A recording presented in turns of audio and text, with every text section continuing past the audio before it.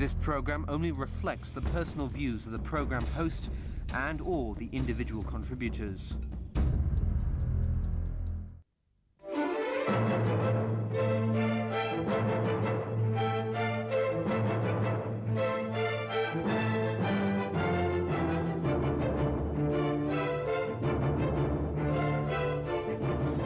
This is NEWSLINE. I am Michael Chigani. Something very different tonight. I have with me a real-life spy, the former head of Israel's intelligence agency, Mr. Ephraim Halevi. Thank you, Mr. Halevi, for being on the show.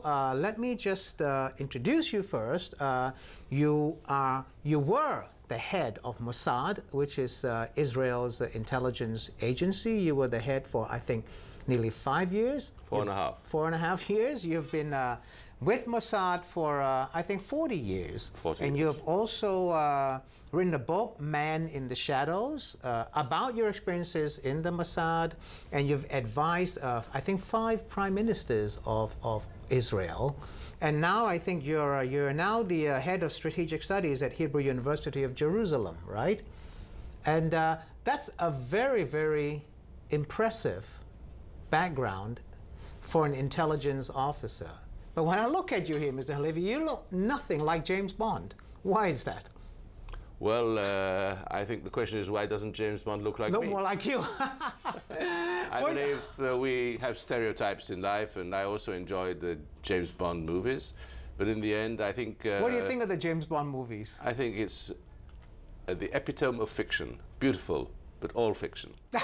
So you, as a real-life spy, you would say that that is total fiction. There's no reality there. No, none at all, and that's why it's so entertaining. Well, I'm going to ask you, another thing that's I find it very entertaining is the TV series 24, where all these intelligence agents go and torture people. Do you torture people? Have you ever tortured anybody when you were in the Mossad? No, I never tortured somebody when I was in the Mossad. We didn't need to resort to those means in order to obtain information. Is that real, though? Absolutely, it's real. No, I mean, what you see in the series 24, where people are tortured in that way. The CIA tortures. I don't think the CIA tortures today, to the best of my knowledge. I think, as far as I know, the CIA used certain methods which were approved at the time in order to obtain information, especially in one field, and that's the field of terrorism. Sure. That's a special field. It's a field which has rules of its own. Tell me what these rules are. The rules are that you have to do everything humanly possible to avert a disaster in the field of terrorism. Including torture? I didn't say including torture. I said all possible methods which are approved by the powers that be in order to obtain information, and you need it timely, very quickly, because time is of the essence. And when time is of the essence and the clock is ticking, and you know that many lives are at stake, including women and children and innocent bystanders, I think the kind of consideration, the kind of matters you have to weigh very carefully, bring you sometimes to the conclusion that you go one step further in order to get the information in order to avert. What's that one step further? Does Mossad do that? Not to the best of my knowledge. Mossad deals with external intelligence. But I believe that one has to be clear that in the 21st century, where you have non-state actors who do not conform to rules, and if you have to play against them with your rules, which they do not conform to, you are not just at a disadvantage, you also are in a situation which ultimately you're going to lose the war. Because in order for you to succeed, you have to have 100% success. In order for the terrorists to succeed, they need a 1% success. That's very true. Well, you know, I'm going to ask you something. Of course, the James Bond stuff is just lighthearted, but I'm going to ask you something serious now. We talked about torture, and as you see it in the movies, obviously it's not the way it's done in real life.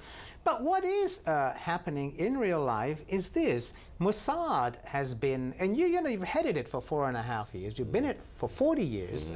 Mossad, during your time as well, when you were the head, has been very severely criticized for extrajudicial killings. This is assassinations of Palestinian leaders. Isn't that morally wrong, Mr. Halevi? I don't want to answer the... You don't want to play their rules, but you know, is it morally wrong? I don't want to answer the question directly, whether Mossad did or did not do this, that, and the other. We all know it did. But I don't think we all know it did. I think what we have is that the media says that we did, but there's never been any proof. Can you say that you didn't? I'm not saying we did. I'm not saying we didn't. What I'm saying is that the information that was published, or the reports were published in the media, and they do not reflect actually what has happened, even faintly. But I will say this. During the years of the Intifada, from 2000 to 2005, Israel suffered the loss of 1,000 people, mostly civilians, women and children, who were attacked by terrorists, who attacked civilian targets with the purpose of killing civilians, non-combatants. But many Palestinians died also. Yes, many Palestinians died as well. But had the Palestinians not attacked, Israel would not have responded. What we did was we responded to attacks on us.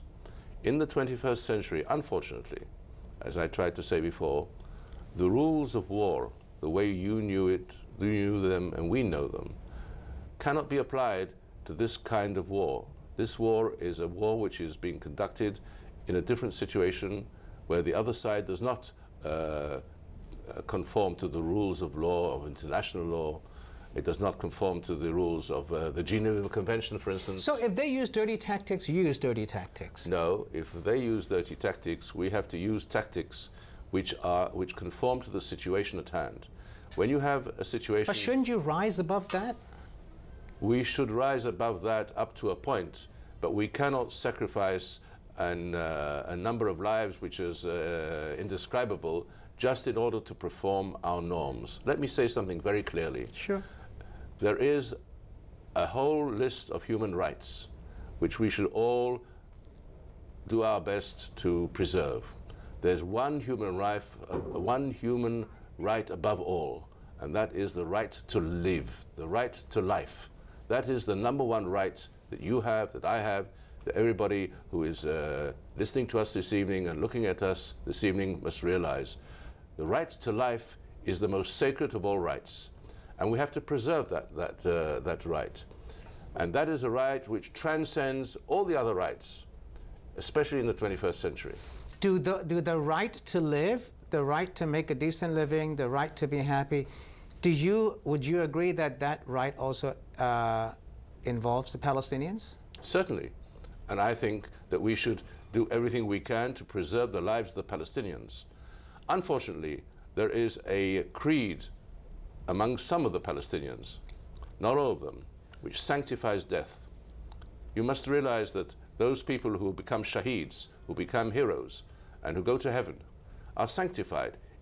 One of the greatest attainments for a man who is, or a person, or a lady, who is fighting us, is to die in battle. Death in battle is the ultimate, obviously the suicide bombers think they'll go to heaven and this and that and the other. No, they don't just think they go to heaven. This is the creed. The creed is that death is sanctified. We sanctify life, and they sanctify death.